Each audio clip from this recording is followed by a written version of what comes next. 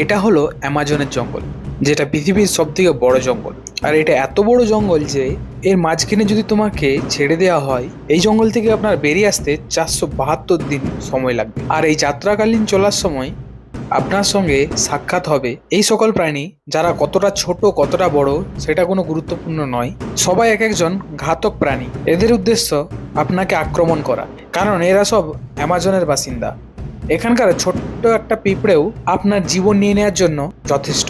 আর এই জঙ্গলটা প্রায় 55 লাখ স্কোয়ার কিমি নিয়ে গঠিত, যে আয়তনকে আপনারা অনুমান করতে পারেন।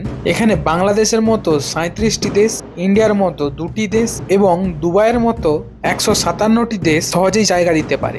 এই জঙ্গল মোট 8টি দেশের মধ্যে বিস্তৃত।